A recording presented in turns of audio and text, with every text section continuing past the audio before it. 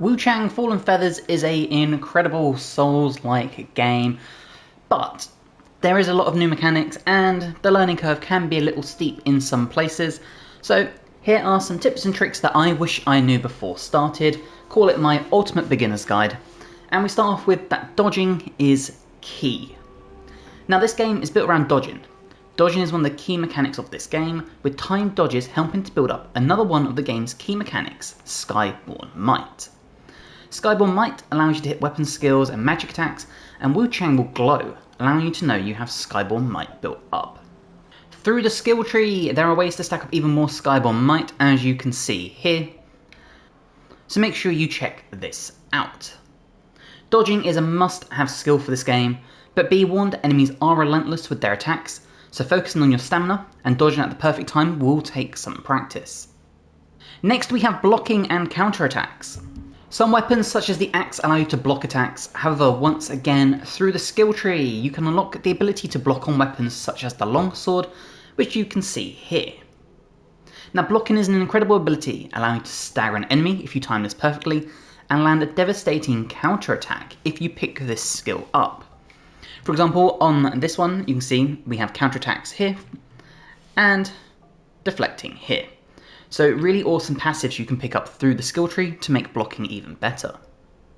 Blocking works on some bosses too, and makes the encounter much easier to manage and survive, with the counterattacks landing much larger damage than your regular attacks would.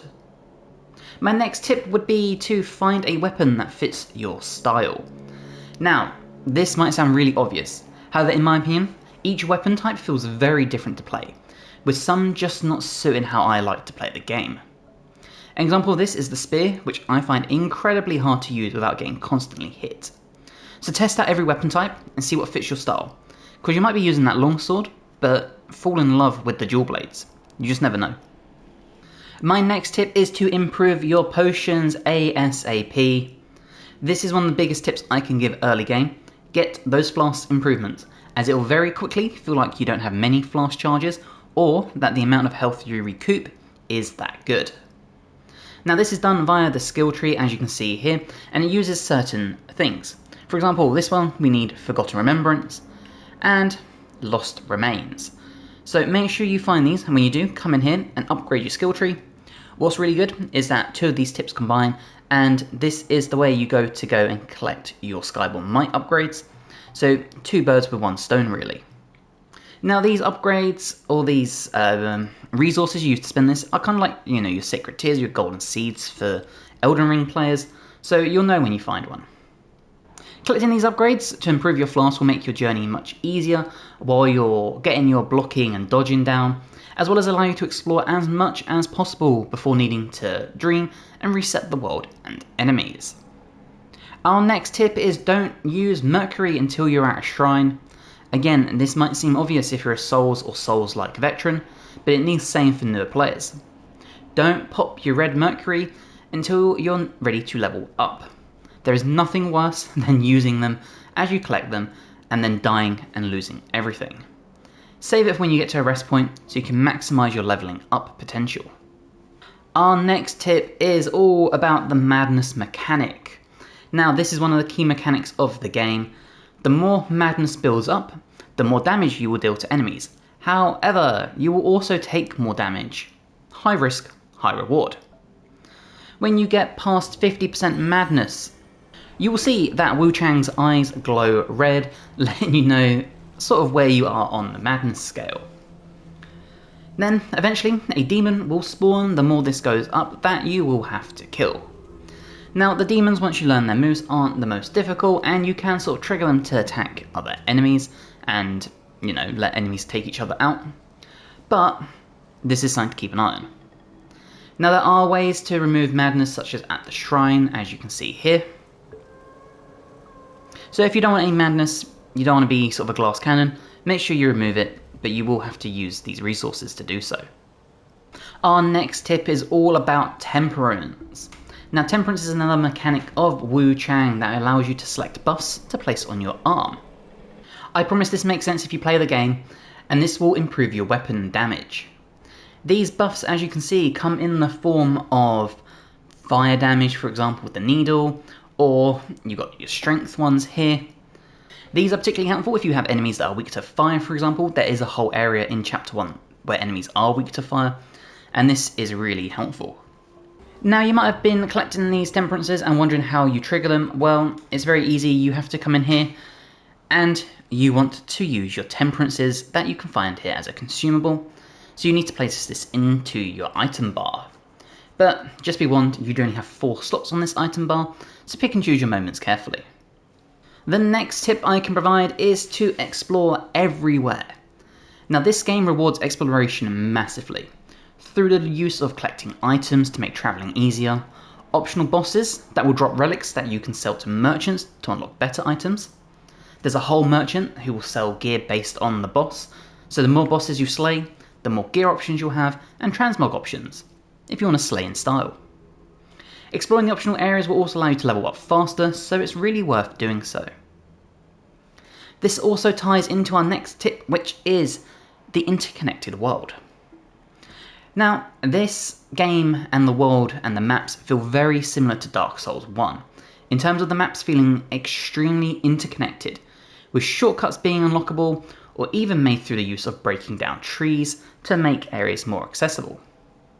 It's very hard to get lost in this game for that reason, and it means if you're exploring and you're having a bit of a tough time in that area, you can always progress through the main questline path and come back to the area you were exploring before.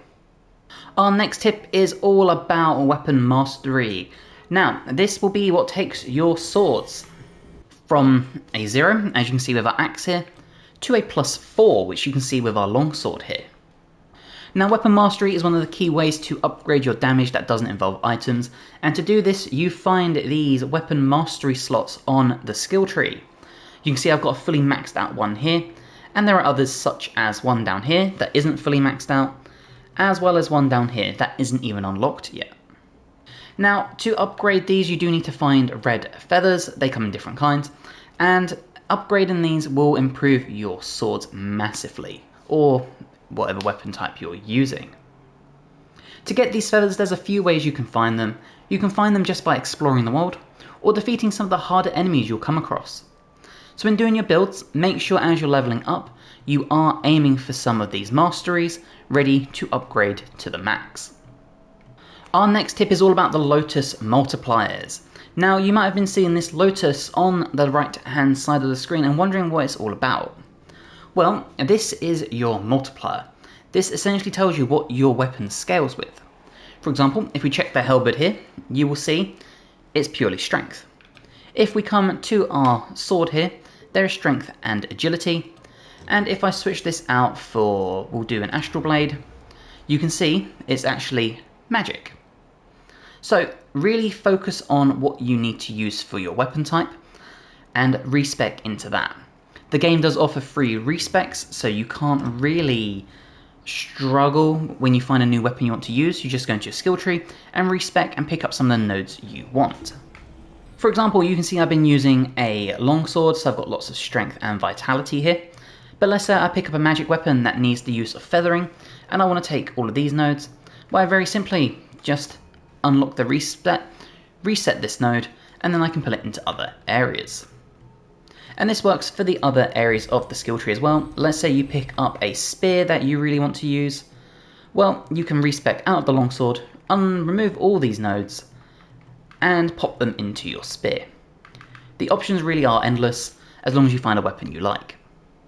Our next tip is all about these statue puzzles. Now, you might have come across these, and it will tell you some sort of like weird cryptic thing. Well, these are really easy to solve. All you need to do is you need to come into here and select the pose that fits the sort of theme of what is being asked. For example, with this one here, if we worship in front of it, just like that,